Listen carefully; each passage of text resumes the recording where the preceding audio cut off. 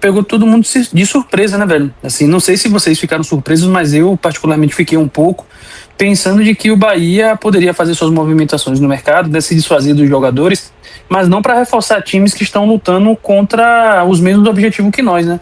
Embora o Internacional não tenha lutado ali naquela reta final, né, mas ainda assim é um time que volta e meia tá lá querendo beliscar como objetivo uma Libertadores, então não sei se de repente foi um excelente negócio nesse aspecto, mas financeiramente acho que sim. O ciclo de alguns jogadores já está para se encerrar, né? E aí a gente está começando a ver Matheus Bahia, que embora tenha até rolado uma discussão nas redes sociais, né? Pastorzinho lá do Tricolor, inclusive um abraço para ele, chegou a dizer que para ele, né? Particularmente o Matheus Bahia era melhor do que o Iago Borducci. Mas acho que nesse momento a gente não pode nem se apegar muito a esse tipo de coisa, tá? É realmente ir se desfazendo dessas peças que há algum tempo já não se identificam mais com o estilo de jogo do Bahia, nem com o propósito do Bahia, né, no projeto para os próximos anos. Mas para seguir adiante, né, velho? Abrindo folha salarial, abrindo condições para que a gente possa ver outros jogadores que já estão aqui, ou quem sabe que possam chegar na metade da janela, né? Do ano que vem ainda, ou desse mesmo ano, né? Só que no próximo semestre, para a gente fortalecer o Bahia. Então não acho Pois nenhum é, absurdo, não. Acho que foi um bom negócio, inclusive. eu me surpreendi pelo time que quis contratá-lo, né? O Internacional, porque eles têm um lateral esquerdo meio que consolidado, por mais que a temporada passada tenha sido de oscilação, que é Bernabé, e eles queriam um cara para poder disputar com o Bernabé, né? Buscaram o Iago Borducci, mas enfim, não foi adiante. Eu achei que a busca por Iago Borducci não era só pelo que ele estava rendendo no Bahia, porque ele não estava rendendo em um nível tão alto, é pelo que ele deixou de legado no próprio Internacional, né? Ele é formado no Internacional e tudo mais. E aí eles mudarem essa rota por Matheus Bahia acabou me surpreendendo, né?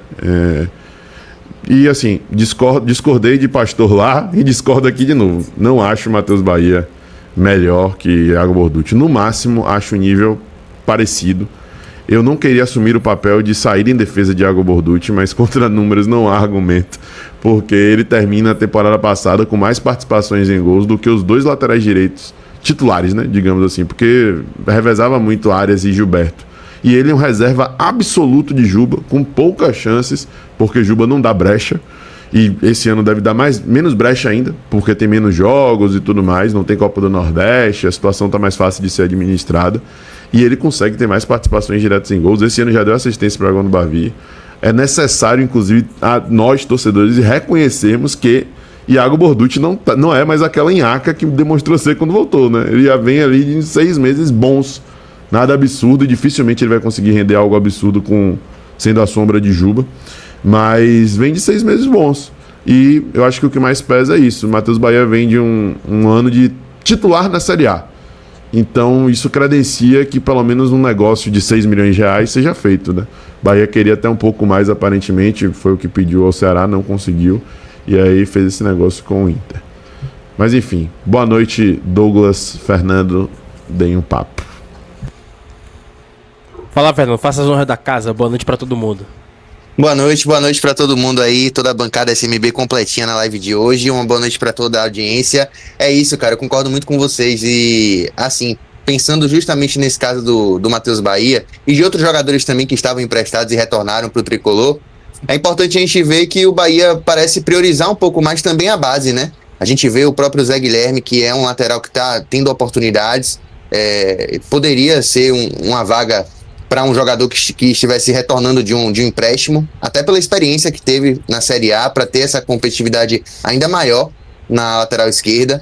Mas a gente vê que o Bahia também prioriza muito, né, a inserção desses moleques da base. Eu acho que entre jogadores emprestados que já tiveram oportunidade aqui e não renderam, com certeza o Bahia deve priorizar aí moleques que estão buscando se desenvolver com a camisa do Bahia. Então, eu acho que esses movimentos são interessantes, e até mesmo nessa questão financeira, né, para que o Bahia tenha um pouco mais de folga na folha, e também em questão de possibilidades de retornos, né, de trazer jogadores que podem compor esse elenco no lugar do Matheus Bahia, ou vice-versa, né? Então acho que é bem por aí, viu, velho?